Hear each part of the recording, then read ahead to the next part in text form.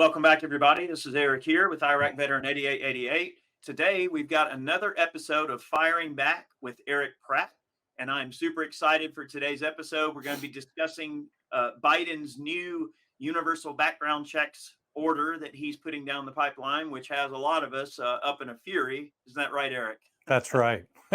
Yeah, it's bad stuff. So thanks for having me on to talk about this. This is a really important topic. Absolutely.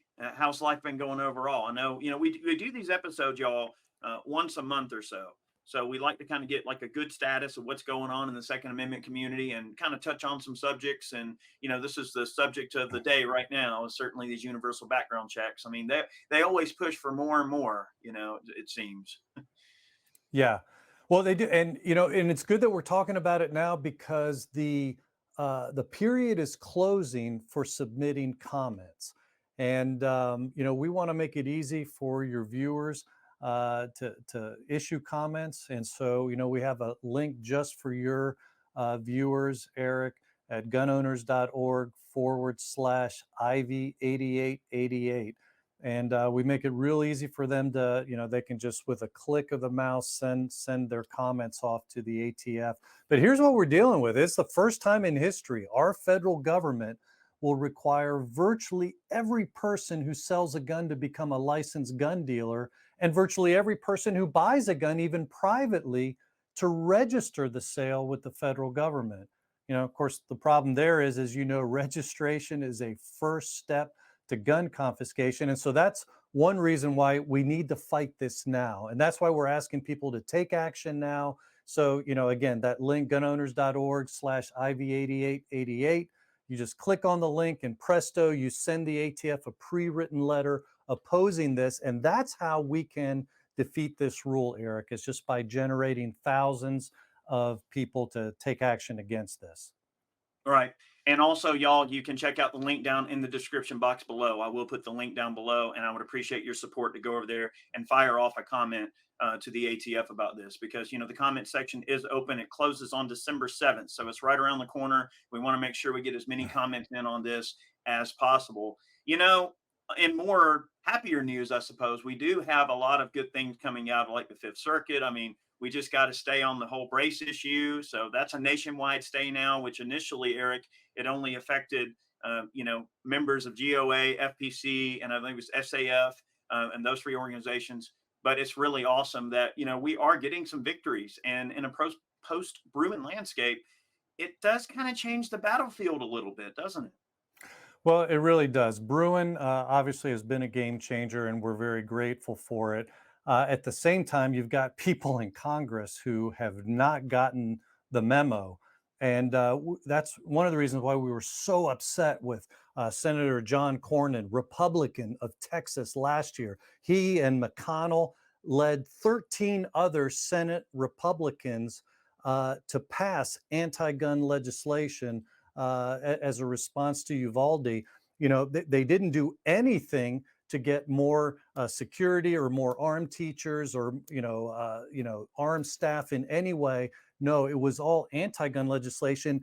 And what they passed is one of the things that now the Biden administration is using to implement the restrictions that we're talking about. I mean, going back to that for a moment, Eric, think about what it means for a person to have to become a gun dealer just so they can sell some of their guns. It means, and I mean, this as a dealer, you'll have to keep perfect registration records on the guns that you buy and sell. It means that you have to let the ATF inspect these records. And so the worst part of that is you'll have to leave your home available to warrantless searches by the ATF once a year. That's if you're a private seller who now has to become a gun dealer. The ATF once a year can enter your home and inspect your records and your guns. And by the way, if you sell a gun and the ATF ever determines, as because of this rule, that you should have become a gun dealer but didn't, that's 5 years in jail and a $250,000 fine. That's why taking action against this is so important. Again, gunowners.org/IV8888. Take action, let's get tens of thousands of comments against this. We can bring this rule down. Absolutely. You know, there are a lot of logistical considerations that I think that maybe they're not considering too. Is, you know, it's kind of an interesting thing where you look at the ATF and all of these other alphabet agencies. They wound up saying, well, you can't have a home-based FFL anymore, so they put a stop to that, right? So they won't Right. let you have a home-based FFL, but yet they're saying if you want to sell your parts of your private collection and you turn even the slightest profit, that now you're a gun dealer. Well, they need to make up their mind, because someone can't be expected to become a gun dealer just to sell off some of their own personal inventory and then have to what, go get a business license and have a whole separate retail establishment just to sell a few guns. Come on, that is absolutely crazy and ludicrous in every single way. So it's like they're always stepping on their own feet. Like, you know, one minute they don't want you to have an FFL in a home-based environment, and then the next minute they want everybody to have FFLs that happens to sell a gun. It's like they can't make up their mind. They're very inconsistent in their arguments for this sort of stuff. You make a great point. I mean, on the one hand, they're encouraging as many people as possible. And they say, and this is probably a conservative estimate, that almost 400,000 people will have to get licenses as private individuals get gun licenses in order to sell firearms. But then on the other hand, we're seeing what they're doing to existing dealers where they're ruthlessly going around the country trying to put them out of business through this zero tolerance policy. So it's very hypocritical. And this is one of the things you've been involved in, Eric. We're involved in as well at Gun Owners of America, is trying to defend gun dealers who are being ruthlessly targeted under this zero tolerance policy. But I like how you put it. I mean, it's like they're stepping all over themselves, and hypocritically so. And and that's just focusing on the gun seller side of it. Think about what it's doing to the gun buyers. I mean, the Biden administration described this rule as moving the United States as close to universal background checks as possible without additional legislation. So that means virtually every person who buys a gun will need to fill out a 4473. And the individual, of course, who sells the gun is going to have to keep that form until it gets eventually one day turned into the ATF. So again, we're talking about gun owner registration because every sale is going to have to go through a background check. I think that there's also going to be a very huge burden of proof on their part to prove all of this sort of stuff if it did get to that point. And I just don't think they understand just how much of an enforcement issue this would be as well. I mean, if they did get what they're talking about doing, it's going to be really, really difficult to enforce. I don't, you know, and believe me, I don't agree with it. I think it's terrible. I think we should throw it into the fires of Mordor. But it's just sometimes they don't think about these things. They just throw spaghetti at the wall and see what's going to stick, I suppose. Or you're absolutely right. It's an enforcement nightmare for them. On the other hand, they probably love the fact that this puts a chilling effect on the exercise of our Second Amendment rights. I mean, think about what happens when the NICS background check system is down. I mean, it happens way too often already. And we remember during COVID when there was work shortages because of the pandemic, the outages were more frequent. So, let's say, what if you're a person like Catherine Latta of North Carolina? She needed a gun for protection against her violent ex. And so when she tried to get a gun, the sheriff's office told her that it was going to take a couple of weeks. And she said, well, I'll be dead by then. So that afternoon, she bought a $20 pistol on the street. And thank goodness she did, because 5 hours later, her ex attacked her outside of her home and she shot him dead. No charges were filed against her. But think about it. What if the NICS background check system were down for 6 hours? I mean, she was attacked 5 hours after getting her gun. If the NICS background check system was down for any time longer than that, that would have resulted in somebody like Catherine being unable to purchase a gun for protection, and the outcome would have been horribly different. Under Biden's rule, good luck finding someone who will take the chance to sell a gun to you privately. See, this is the chilling effect we're talking about. And if you do find somebody, it may take them a few weeks to go through the paperwork to become a gun dealer. So, here's the point. The Biden rule, this ATF rule, it violates our God-given right to arm ourselves for protection. I mean, the Biden rule doesn't even mention in all the dozens of pages that they spent laying all this out. It doesn't even mention the Second Amendment once, not one time, because they don't care about our rights at all. But hey, we do care. And if those of you watching do care, and you're watching this because you do care, then please take action. It's so important. Go to gunowners.org/IV8888. Take action. That will make a world of difference in being able to stop this.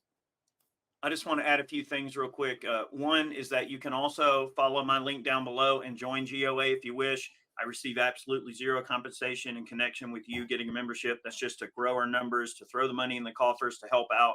So if you become a member, I would really appreciate that. I would consider that a personal favor, especially if you're in Georgia. Look, we want to bump those Georgia numbers up.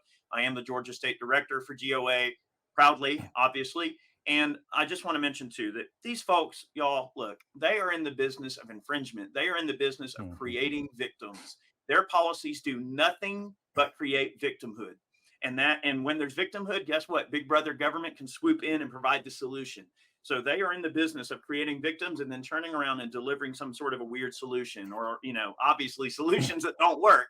But Right. it is important that we get these comments in, y'all. So make sure that we're getting in our comments. Go down below, send off the link. GOA made it really easy for y'all. And Eric, anything else before we depart here? One last thing, one of the things we frequently have heard is, what difference does it make to send off comments to an agency like the ATF? I mean, they're not elected; they don't represent us. Uh, Surprisingly, it makes a huge difference. Remember the comments years ago under the Obama administration, the green tip ammo ban, right? They were going to ban our 223, 5.56 ammo. They received over 90,000 comments, and as a result, they pulled the reg entirely. So no ban. Even more recently, Biden tried to redefine what a gun is. In fact, we're still, fighting this in the courts. But the supposed purpose was to stop people from buying 80% kits without a background check. But in redefining a gun, the original ATF rule, as originally introduced, was going to increase the number of serialized parts on a gun from just one to more than 12 parts. So, in other words, if you wanted new parts for an existing gun, a magazine, a barrel, a trigger, something along those lines, you'd have to pass a background check to get each one of those parts, just like you have to pass a background check to buy a gun. I mean, that's crazy, right?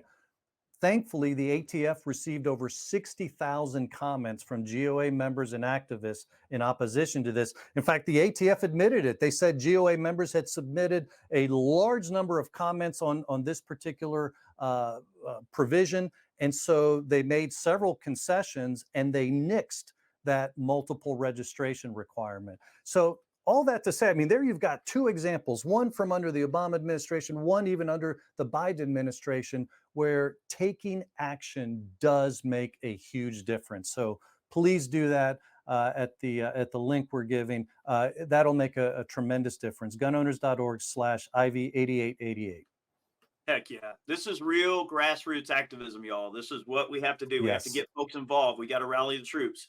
And that's what we're trying to do here. So, Eric, thank you so much for hanging out with me here today. I always enjoy our absolutely. episodes. And I'm looking forward to many more. And in case y'all don't know, Firing Back is, again, an episode that Erich Pratt and I do each month. So this is a monthly segment. So we hope to have y'all here for more. And thank you all very much for watching. Many more videos on the way. We'll see y'all soon.